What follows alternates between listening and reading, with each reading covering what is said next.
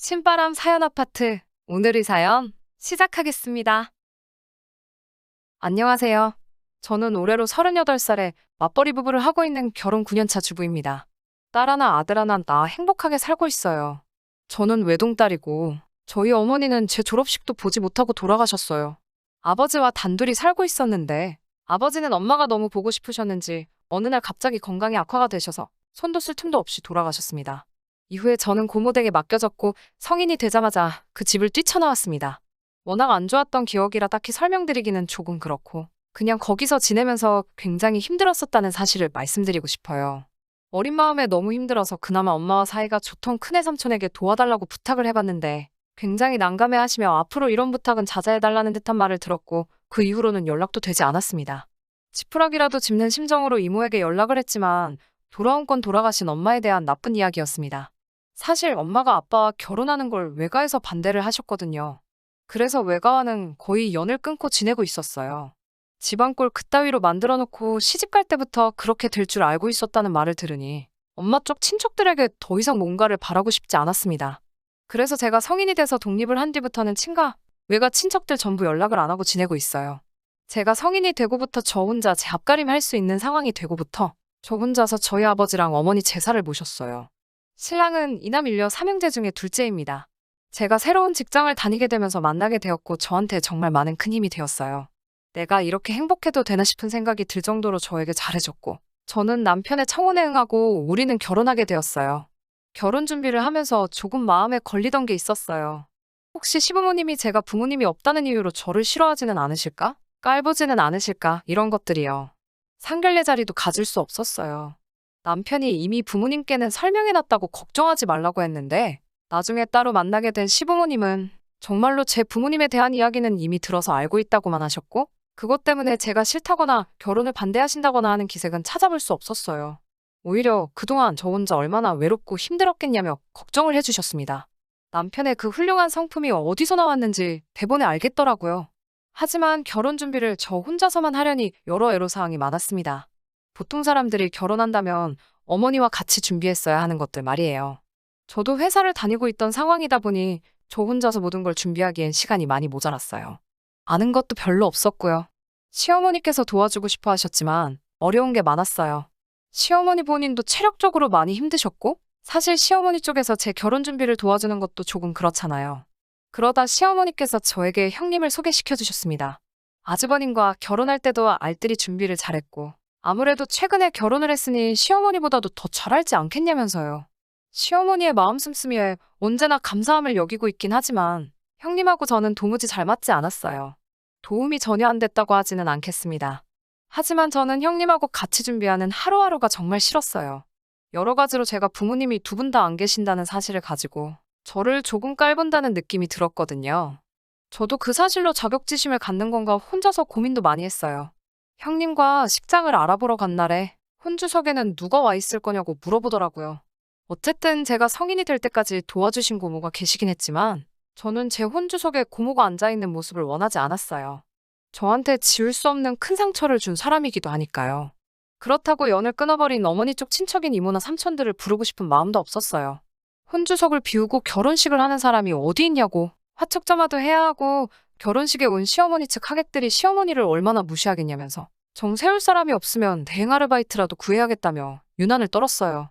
충분히 걱정해줄 수 있는 부분이라 생각하지만 시어머니의 체면을 위해 말해준다기보다는 시어머니도 대단하시다며 고아라서 파혼하는 커플도 많다던데 큰 결심을 하셨다는 둥 자꾸 제 아픈 가정사를 괜히 들쑤셔보려고 한다는 게 전부 티가 났습니다. 결국 또 혼자서 고민하다가 마땅한 해결책이 떠오르지 않아서 시어머니께 혼주석에 대신 세울 사람이 없다는 사실을 말씀드렸어요. 제 상황을 시어머니께서 알고 계시긴 했지만 이런 사소한 부분까지는 말씀드린 적이 없었거든요. 숨겨와서 죄송하다는 말을 했는데 시어머니께서는 그게 무슨 미안할 일이냐며 저를 다독여 주셨습니다. 저와 남편이 서로 행복하기 위해 하는 결혼이며 결혼식은 말 그대로 식이지 본인이 누구 보여주기 위해서 하는 게 아니라고 하시더군요. 그 말에 정말 눈물이 나올 뻔했습니다. 시어머니의 배려 덕분에 혼주석을 비워둔 채 결혼식을 올렸습니다. 의자까지 치울 필요가 있는가 싶어서 빈자리로 내버려뒀어요. 신랑과 동시 입장을 하고 혼주들이 해야 하는 과정은 생략한 채 결혼식을 올리게 되었습니다. 결혼 후 저희는 신혼집은 시댁 근처로 구하게 되었습니다. 둘 사이에 아이가 생기게 되면 저희가 근처에 사는 편이 시어머니나 시아버지가 오며 가며 도와주기 편하지 않겠냐고 하시는 말에 그렇게 하기로 했습니다. 제가 저희 부모님 제사를 챙기고 있다는 사실은 이미 결혼 전에 전부 설명드렸습니다. 그 부분을 시어머니께서 배려를 해주셔서 저는 명절 당일날 아침에는 저희 집으로 돌아가서 혼자서 차례를 지내고 뒷정리를 한 뒤에 시댁으로 갑니다. 그렇다고 시가 제사에 관여를 안 하는 건 아니에요. 전날부터 시어머님과 장보고 음식 준비하고 다 해요. 명절 전날에 아주버님네는 오지 않습니다. 사는 지역이 멀다 보니 시댁에 도착하면 늦은 저녁이에요. 그래서 제사 음식 준비는 보통 저랑 시어머니랑 합니다. 형님이랑 신우가 도와주지 않아도 저는 아무 불만 없습니다. 저도 다음날 같이 제사를 지내야 하니 오히려 음식을 같이 한 번에 해서 가져갈 수 있는 게 고마울 따름이죠. 형님네는 보통 제사 지내고 나서 아침 식사를 하고 나면 곧바로 처가에 갑니다. 그래서 명절 전날 저녁에 저녁 식사 같이 한번 하는 게 전부였어요. 바로 며칠 전의 이야기입니다. 형님한테서 전화가 오더군요. 결혼 전에 있던 일 때문에 웬만해서는 저도 먼저 연락을 안 드리고 형님도 딱히 저를 찾으시질 않았으니 웬일로 전화를 다 했나 받아봤더니 왜 자기만 차례 준비를 해야 하는 거냐며 그동안 몇 번 참다 더는 못 참겠어서 전화를 했다고 하시더군요. 한두 번도 아니고 매번 명절마다 이러니 자기 혼자 하는 게 불공평하다는 식으로 이야기를 꺼내셨어요. 저는 저희 집에서 차례 혼자서 지내는 부분도 있고 시어머니께서도 허락하신 부분이라고 대답했더니 저보고 이 핑계 저 핑계로 빠지려는 거지 양심이 없어도 너무 없는 것 아니냐며 구구절절히 설명하지 말라고 하시더군요. 시집 왔으면 시댁 차례가 우선이지 왜 친정 차례에 목숨을 거냐고 화를 내시더군요. 그 말에 저도 어이가 없어서 한마디 했습니다. 음식 준비는 제가 다 하지 않냐고요. 그랬더니 어머님이 하시는 거 옆에서 거드는 거지 저 혼자 하는 게 아니라고 한마디 하시더군요. 형님이 차례상 차리는 걸 제가 본 적이 없어서 모르겠지만 저희 시어머니 성격에 형님한테 혼자 다 차려놓으라고 맡기실 분도 아니고 전날 미리 해놓은 음식들 가지고 같이 준비하셨을 게 분명하거든요. 지금 명절날 일을 더하는 기분이 드셔서 그러는 것이면 형님은 대신 전날에 음식을 안 하지 않느냐고 한마디 했어요. 식사상을 내가도 제가 더 많이 내가고 뒷정리를 해도 제가 더 많이 한다고 형님은 전날 저녁에 오셔서 아침만 드시고 바로 친정으로 가는 반면에 저는 명절날 단 하루아침만 자리를 비우는 거지 명절 내내 시댁에 머물지 않느냐고 한마디 했어요. 형님은 자기는 친정이 있는데 동서는 친정이 없지 않냐며 자기야 자기 보고 싶어하는 부모님이 계시지만 저는 보고 싶어할 사람도 없으니 그것 때문에 시댁에서 종일 있는 걸 가지고 유세를 부리냐고 하네요. 가정교육 못 받은 게 이런 데서 다 티가 나는 거라고. 제 사정은 알고 없고 똑같이 시집온 마당에 별것도 아닌 이유로 자기한테 일 다 떠넘기지 말고 이번 명절부터는 차례 참석하고 나서 저희 부모님 차례를 지내던가 하라고 하고 전화를 끊어버렸습니다. 도저히 터져나오는 서러움을 이길 수가 없어서 일하다 말고 밖으로 나와 비상계단에 숨어서 혼자 펑펑 울었네요. 한참 혼자서 마음을 추스리고 있는 와중에 신우한테 전화가 왔어요. 올해는 친정에 안 가게 될 것 같다고. 이번에는 자기도 명절 전날에 음식하는 거 도와주러 갈 테니까 먼저 장 보러 가지 말라고 전화를 한 것이었어요. 그 와중에 제가 흐느끼며 전화를 받고 있으니 무슨 일 있냐며 꼬치꼬치 묻는데 서러움이 올라와서 형님과 한 통화 내용을 전부 다 털어놨습니다. 그리고 그 일을 신우가 시어머니께 다 말했나 봐요. 그날 저녁에 시어머니가 퇴근하고 집으로 오라 하시길래 집으로 가지 않고 시댁으로 갔습니다. 시어머니께서는 저녁상을 차려놓으셨고 자리가 두 자리가 더 있길래 저희 말고도 또 누구를 부르셨나 했어요. 먼저 저녁 식사를 하고 있는데 아주버님네가 오시더라고요. 식사가 끝나고 어머님께서 두 며느리에게 할 말이 있다고 하시며 저랑 형님 앉혀놓으시고 이야기를 시작하셨어요. 형님에게 이제 너도 전날 와서 음식하는 걸 꺼들라 하셨습니다. 저랑 둘이서 하는 게 이제는 힘에 부친다고요. 또 시어머니는 저한테는 지방이랑 다 가지고 와서 시댁에서 저희 부모님 제사도 같이 지내라고 하시더군요. 그러고서는 다시 형님한테 너도 시집을 왔으니 시댁을 우선적으로 챙기라며 앞으로 명절날에는 친정에 가지 말라고 하셨습니다. 형님이 얼굴이 일그러지더니 이러는 게 어딨냐고 시어머니께 대들며 원성을 높였습니다. 한참을 실랑이 하다가 형님이 이제 시댁에는 올 일이 없을 거라며 연을 끊자는 식으로 나왔습니다.